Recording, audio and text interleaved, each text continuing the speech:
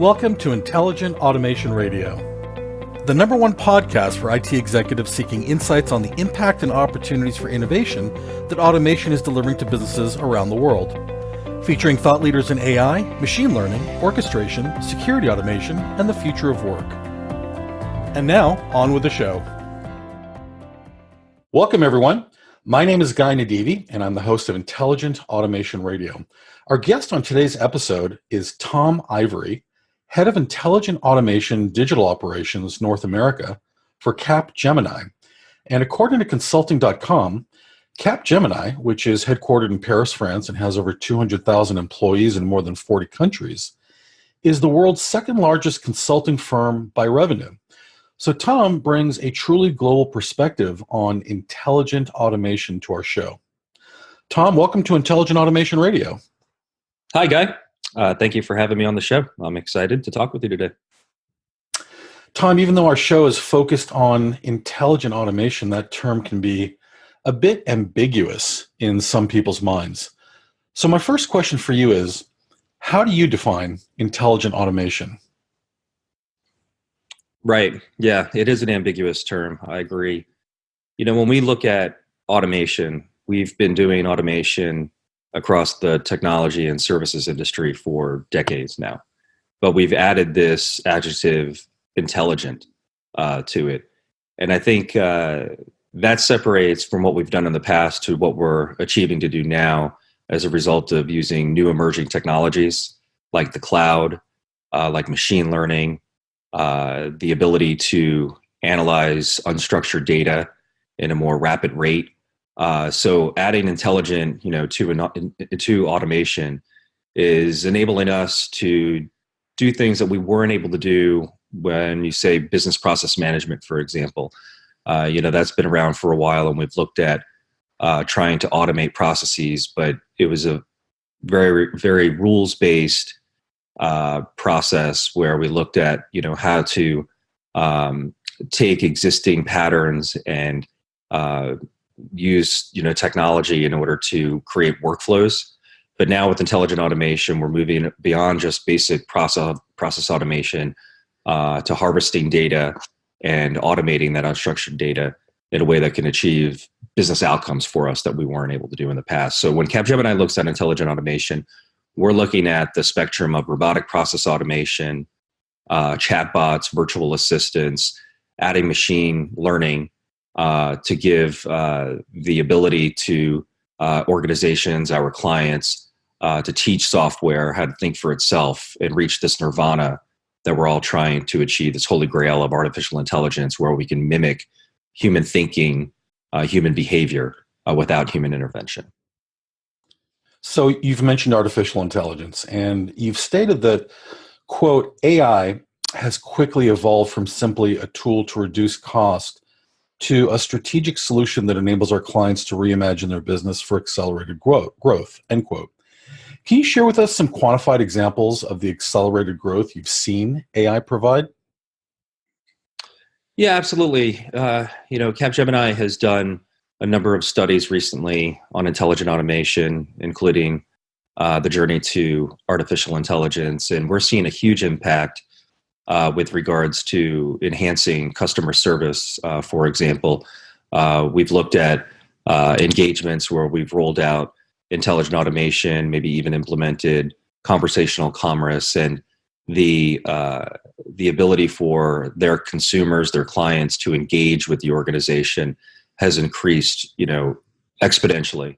We're looking at upwards of 80 to 100% gains on their ability to leverage customer interactions for revenue opportunities, which is a massive opportunity, I think, for organizations across the board. But even in the smaller engagements where our clients are just starting out on their roadmap for intelligent automation, starting with robotic process automation. We've worked with a life sciences company in the last couple of years who adopted RPA. We helped set their center of excellence up for them and looked at what processes we can optimize and automate across their enterprise, running from finance to procurement to supply chain and more specific life sciences-based processes around compliance and the GXP regulations that they need to adhere to. And we were able to take out several hundred, I think the number was actually 320 FTEs as a result of them adopting RPA and enabling them to take on this technology, which was equivalent to around $7 to $8 million in savings. And the funny thing is that they didn't just fire all of those employees; they were actually able to redeploy them on more strategic projects where they were able to use a lot of their skill set that they were doing with more finance transformation or HR transformation. They knew the processes, they knew the manual as is state, and they were able to get trained up and start working with some of these more sophisticated AI technologies that the company is adopting in order to help the company transform. So we're seeing a reskilling even with some of the savings that are going on, and we can talk about that in more depth throughout the conversation. Given the broad perspective that you have on AI projects, what have you seen are some of the most unrealistic expectations currently plaguing AI? We've seen a number of unrealistic ones. You know, this market is obviously attracting a lot of marketing and advertising and investment dollars. So with that always comes a lot of hype, as we've seen with popular trends in the past within the technology industry. So it's no different. And honestly, I think AI is probably one of the more hyped technology trends that I've seen in my 20+ year career. And I think a lot of people have the impression it's just going to come out of the box and work like magic. And that's not the case at all.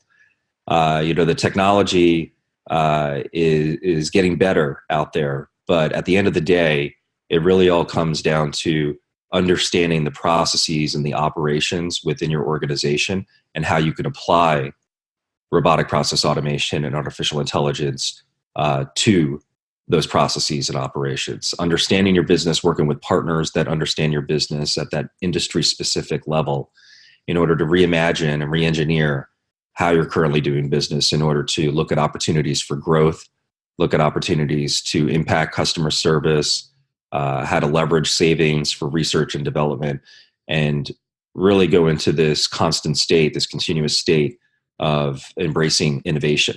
And the tools, the technologies that are out there in the market, and there are new vendors popping up every single day that we're exploring and wrangling through in order to educate our customers to not necessarily just work out of the box and provide this, magic roadmap to achieving, artificial intelligence. There's a lot of preparation that goes with that, and I think that's why there's such a vast ecosystem of software vendors, service providers like us, consultancies, business advisors and so on in order to make sense of all of this. And as it matures, that preparation will probably decrease like you've seen with ERP, BPM, and other technology trends that have come along the way. But right now we're early on and everybody's, trying to make sense of what's available right now in order to put together the blueprint for an organization. You mentioned a few different areas where automation and AI are applied, and that made me curious. If management has to choose one top priority for which to leverage automation and AI, should it be to improve the customer experience or improve internal operations? That's a great question, and one that I've been asked many times by our customers. And at the end of the day, I think it comes down to your internal operations, because if you need to get your house in order to serve your external partners and customers. If you can transform your finance organization, your IT organization, and all these various functions within the organization, then you can then transform the external world that you're interacting with, right? But if you're still doing manual processes and you're living, in ancient history with the way that you are going about servicing your customers, then you're not going to be able to achieve digital transformation. So a lot of our customers right now are focused on back office processes. They're looking at how to apply RPA and AI, use technologies like OCR, image recognition, voice recognition, speech to text, and look at how they can start transforming their HR, their finance, their IT organizations by automating, becoming more lean and nimble, and seeing how they can become a digital core is what we're referring to, and then be able to take that nervous system and apply that to the external world. One of America's legendary businessmen, Ray Kroc, who built McDonald's into a global empire, used to tell people McDonald's wasn't really in the food business like most people thought. They were actually in the real estate business. And his CFO once clarified that by saying, quote, "The only reason we sell 15-cent hamburgers is because they're the greatest producer of revenue from which our tenants can pay us rent," end quote. Now, that was a real aha moment for a lot of business people the first time they heard that. McDonald's thought of themselves as a real estate company, not a fast food chain. And I bring this up because you've stated that, quote, "Eventually all companies will become digital organizations that harness the exponentially growing volume of data inside and outside of their companies," end quote. And I think that quote could have an even bigger aha potential than the McDonald's revelation because, as you point out, becoming a digital organization applies to just about all companies. So my question for you, Tom, is do you think most companies, regardless of industry, have had the epiphany yet and realized the opportunity digital transformation offers them?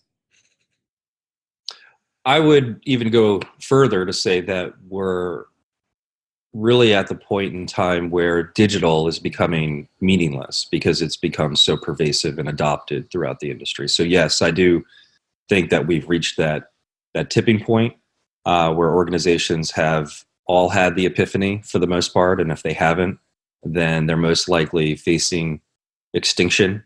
We talk about Darwin, in the corporate world and how those same principles are applied to survival of the fittest of organizations. And you look at the landscape of the Fortune 500 list just in the last 10 years, and I believe it's more than 50% of any Fortune 500 company that's on that list did not even exist, or is a new company that was added to the list in the last 10 years. And I think most industry experts believe for there to be even more catastrophic change in that Fortune 500 list over the next 10 years. And so when we look at that, I think it's as a result of digital transformation. I think you see organizations that we always pick on, like the Ubers and the Netflixes that didn't exist, a decade or so ago, and now they're digital companies and they're operating in a completely different manner than the blockbusters did years ago, with cloud-based technology, using automation, becoming more intelligent through the use of machine learning and algorithms and new advanced software technologies that are coming out into the market. So I think the writing's on the wall for a lot of organizations that aren't. And, we're working with blue chip companies that have been around for 100 years, manufacturers, retail organizations, grocery store chains, healthcare companies that are all achieving digital transformation right now because, as I mentioned earlier, we work with a life sciences company that has adopted robotic process automation, and their charter these days is no longer to be a medical device manufacturer. They want to be a digital health organization as new technologies, emerge with your iWatch, for example, that can monitor your heart rate and provide more detailed data that's coming out on the market, such as, arrhythmia or, risks of heart attacks. We see, advances coming right now in terms of, diabetics being monitored, and linked to their doctor's office in real time. This type of thing is changing the healthcare industry by becoming more digital, working with data, and no longer about just, going to a doctor's appointment and taking a few tests and hearing a couple of weeks later, how everything goes. Everything is more instantaneous, more real time, more data focused. And that's happening in every industry, not just healthcare, like I said, in manufacturing and elsewhere. Industries where you really don't even think sometimes, that shock and surprise me with how they are leveraging digital technologies. We see it, in the agricultural business. For example, we've got firms that work with farmers, companies, clients, excuse me, that have basic business models that have been around for years that are now using digital technologies in order to isolate where they should apply fertilizer, and how to avoid particular plants over weeds when they're harvesting crops, and some really amazing things on how they're using digital technology. So we see this as definitely the epiphany has been reached, and I think it will only become a way of doing business here on out. Not long ago, when Capgemini surveyed senior executives from nearly 1,000 organizations around the world that are already implementing AI, some pretty surprising results came back, and I'll just cherry pick a few of them for our audience. 3/4 of your respondents attributed a rise in sales of 10% or more as a result of their AI deployment. 2/3 reported there had been no reduction in overall jobs due to AI. And perhaps what will be the most surprising finding of all for most listeners, 4 out of 5 of the organizations surveyed reported that AI had created jobs. Tom, with results like these, why does AI still frighten so many people?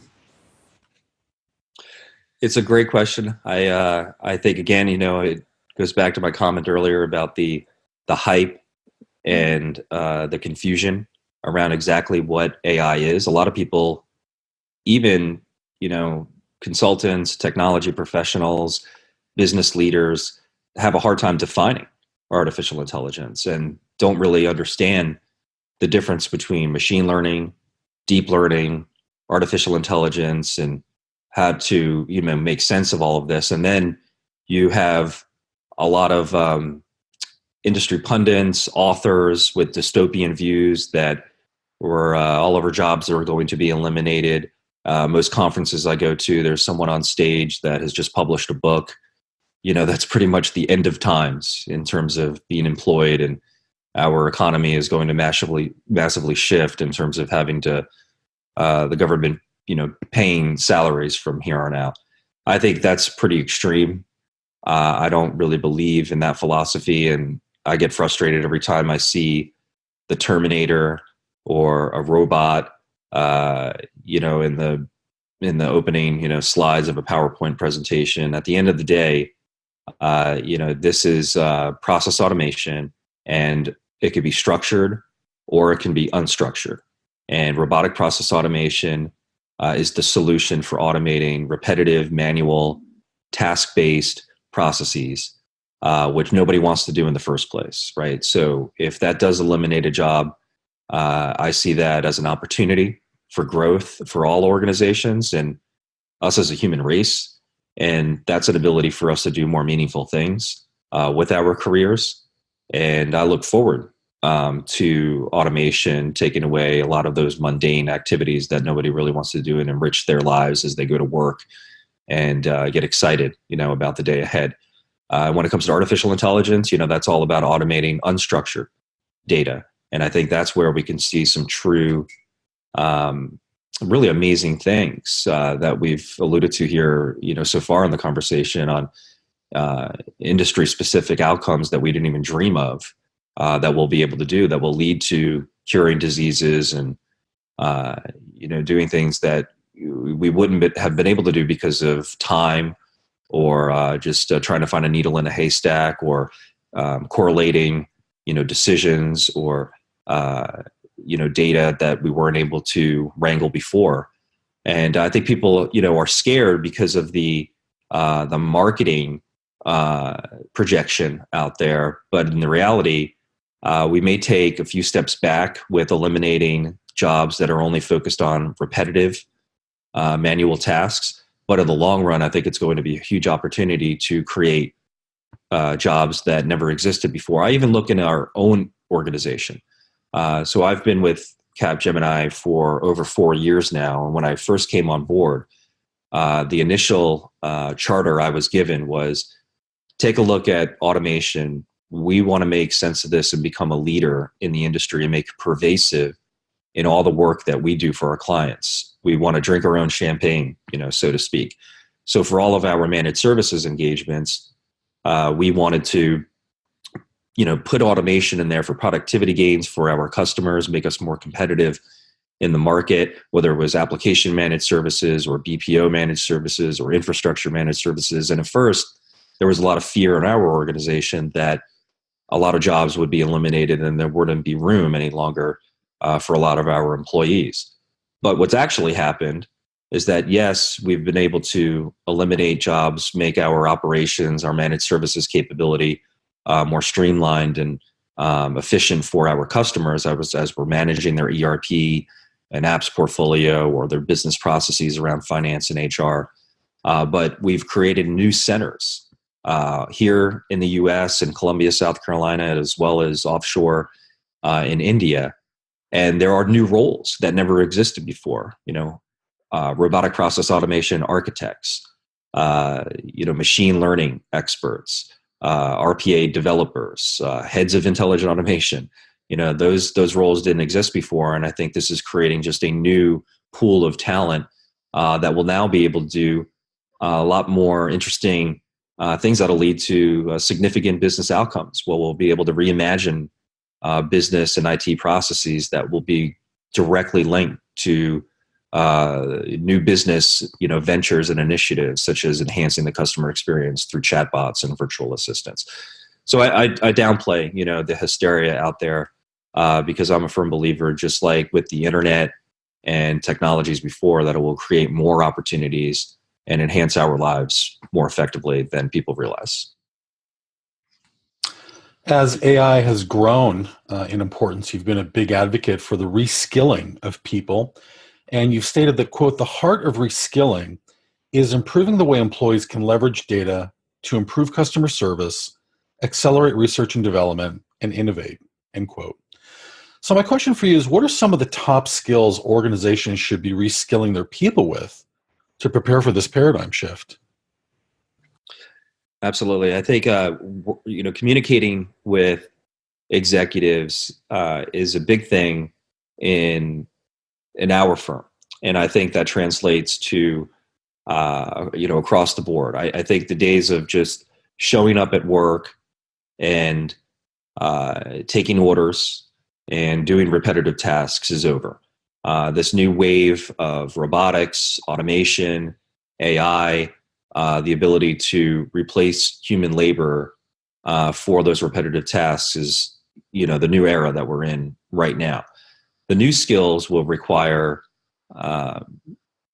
communication, imagination, reinventing, not looking at everything just as it seems, but using strategic thinking in order to be competitive and look at how we can apply new technologies to solve those business problems. So, I always talk about how my kids will adopt to the new world. And I have a 10-year-old and an 8-year-old, 2 boys.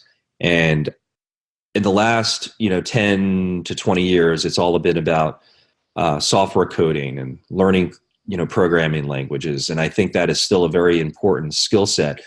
But I think the liberal arts education has been downplayed to some extent. And now I feel we're seeing a resurgence of that mindset where being exposed to a lot of different things, whether it's learning foreign languages or studying art history, learning, reading novels and classic literature and so forth, having a well-rounded mind in order to communicate with a lot of different people in this global economic ecosystem and coming up with new ideas requires a background like that. So as much as software programming will continue to be important, I think we'll also see here a rise in the liberal arts education again in order to bring critical strategic thinking that can be applied in a vast ecosystem, of initiatives that they may be facing across the organization. I think, this paradigm shift that we're seeing will, make employees more empowered with this different skill sets that they can bring to the table. And I'm already seeing that with some of the college hires that we're bringing into the organization right now, where they're not just mathematics majors or computer science majors, but they may have studied art history in school, and now they're learning on how to apply artificial intelligence to business initiatives with our clients. And I think that's very exciting because you need new schools of thought.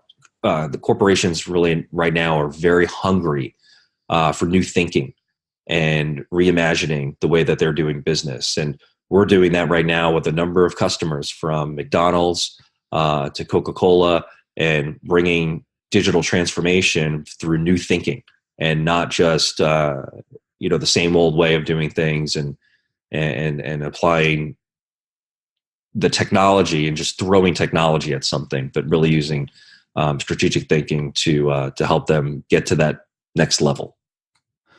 I'm sure the parents of those art history majors who may have been concerned about their kids' employment prospects upon graduation will be overjoyed to hear that there's opportunities for them in the high-paying field of artificial intelligence.